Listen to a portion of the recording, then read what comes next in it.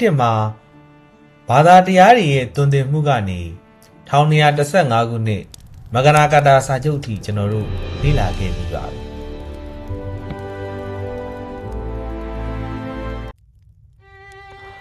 မဂနာကာတာထွက်ပေါ်ပြီးနှစ်ပေါင်း400ကျော်အကြာ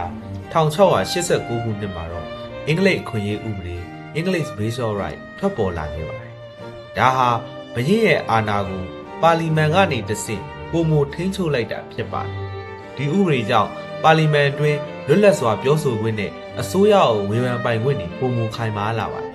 ။ဒါဟာအုပ်ချုပ်သူတွေရဲ့အာဏာကိုကန့်သတ်ဖို့ကြိုးစားခဲ့တဲ့နောက်ထပ်ခြေလှမ်းတစ်ခုပဲဖြစ်ပါတယ်။ဘုရင်နဲ့မိဖုရားတို့ကဒီဥပဒေကိုအတိမတ်ပြုလက်ခံလိုက်ရတာကြောင့်အုပ်ချုပ်သူဆိုတာဥပဒေကိုလိုက်နိုင်ရမယ်ဆိုတဲ့စနစ်ဟာပိုပြီးအားကောင်းလာပါတယ်။ဒီဥပဒေဟာနိုင်ငံသားတွေရဲ့အခြေခံလွတ်လပ်ခွင့်တွေကိုဥပဒေအရတရားဝင်အကာအကွယ်ပေးလိုက်တဲ့သမိုင်းဝင်အောင်ပွဲတစ်ခုလည်းဖြစ်ပါတယ်။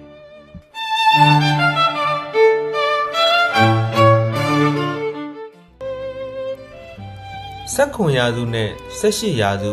အသိဉာဏ်ပွင့်လင်းလာတဲ့ခေတ်မှာတော့တဘာဝအခွင့်အရေး natural right ဆိုတဲ့အယူဆအသစ်တစ်ခုပေါ်ပေါက်လာခဲ့ပါတယ်။ဒါလူခွင့်သမိုင်းရဲ့အကြီးမားဆုံးပြောင်းလဲတစ်ခုပါပဲ။ဒီအယူဆအရလူခွင့်ဆိုတာဘယင်ဒါမှမဟုတ်အစိုးရကပေးသနာလို့ရလာတာမဟုတ်ပါဘူး။လူသားတဦးအနေနဲ့မွေးဖွားလာတာနဲ့အမျှဘသူကမှလူယူလို့မရတဲ့အသက်ရှင်ခွင့်လွတ်လပ်ခွင့်နဲ့ပိုင်ဆိုင်ခွင့်တွေဟာအလိုလျောက်ပါရှိလာတာဖြစ်ပါတယ်။ဂျွန်လော့ခ်တို့လိုပညာရှင်တွေရဲ့ဒီတွေးခေါ်တွေဟာနောက်တစ်ချိန်မှာပေါ်ပေါက်လာမဲ့ကမ္ဘာကျော်တော်လှန်ရေးတွေနဲ့လွတ်လပ်ရေးကြီးညာစာတမ်းတွေအတွက်အဓိကလမ်းပြမြေပုံတွေဖြစ်လာခဲ့ပါတယ်1986ခုနှစ်မှာတော့တဘာဝအခွင့်အရေးအယူဆတွေကိုအခြေခံထားတဲ့အမေရိကန်လွတ်လပ်ရေးကြီးညာစာတမ်းထွက်ပေါ်လာခဲ့ပါတယ်။ဒါဟာသမိုင်းမှာပထမဆုံးအကြိမ်ဖြစ်နိုင်ငံသစ်တစ်ခုကိုလူအခွင့်အရေးစံနှုန်းတွေနဲ့စတင်တည်ဆောက်လိုက်တာပဲဖြစ်ပါတယ်။ဒီကြီးညာစာတမ်းမှာလူသားအလုံးဟာတန်းတူညီတူဖန်တီးထားခြင်းခံရတယ်ဆိုတဲ့အချက်ကိုကမ္ဘာကိုအတိအလင်းကြေညာခဲ့ပါတယ်။လူသားတိုင်းမှာဘယ်သူကမှလူယူလို့မရတဲ့အသက်ရှင်ခွင့်နဲ့လွတ်လပ်ခွင့်တွေရှိရဲဆိုတာကိုအခိုင်အမာအတိအမှတ်ပြုလိုက်တာပဲဖြစ်ပါတယ်။ဒီသမိုင်းဝင်စာတမ်းဟာအမေရိကန်နိုင်ငံအတွက်တင်မကပဲတကမ္ဘာလုံးကဖိနှိပ်ခံပြည်သူတွေအတွက်ပါလွတ်လပ်မှုနဲ့တရားမျှတမှုအတွက်အားကိုးရာမီးရှူးတစ်စောင်ဖြစ်လာခဲ့ပါတယ်1989ခုနှစ်ပြင်သစ်တော်လှန်ရေးအတွင်းမှာတော့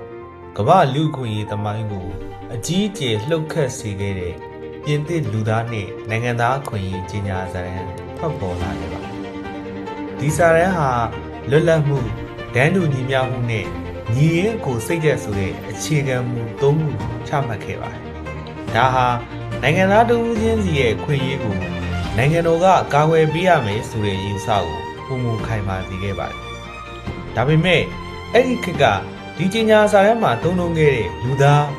man ဆိုတဲ့စကားလုံးဟာလက်တွေ့မှာတော့အမျိုးသားတွေကိုပဲအဓိကရည်ညွှန်းခဲ့တာကြောင့်အမျိုးသမီးတွေရဲ့ခန်းကဏ္ဍခြံလက်ခံခဲ့ရတယ်ဆိုတဲ့ဝေဖန်မှုတွေလည်းရှိခဲ့ပါတယ်။ဒါဟာလူခွင့်အယူဆတွေဟာအမှားယွင်းတွေကြားကနေအားလုံးပါဝင်နိုင်တဲ့စံနှုန်းတွေဖြစ်လာဖို့တဖြည်းဖြည်းပြုပြင်ပြောင်းလဲလာခဲ့ရတယ်ဆိုတာကိုပြသနေတာလည်းဖြစ်ပါတယ်။အမေရိကန်ကြီးညာစာတမ်းထက်ဘူမူကျယ်ပြန့်တဲ့ဒီမူဝါဒတွေဟာပြင်သစ်နိုင်ငံတွေမကပဲတကမ္ဘာလုံးကလူသားအလုံးနဲ့သက်ဆိုင်တဲ့လူအခွင့်အရေးစံနှုန်းတွေဖြစ်ပြန့်နှံ့သွားခဲ့ပါတယ်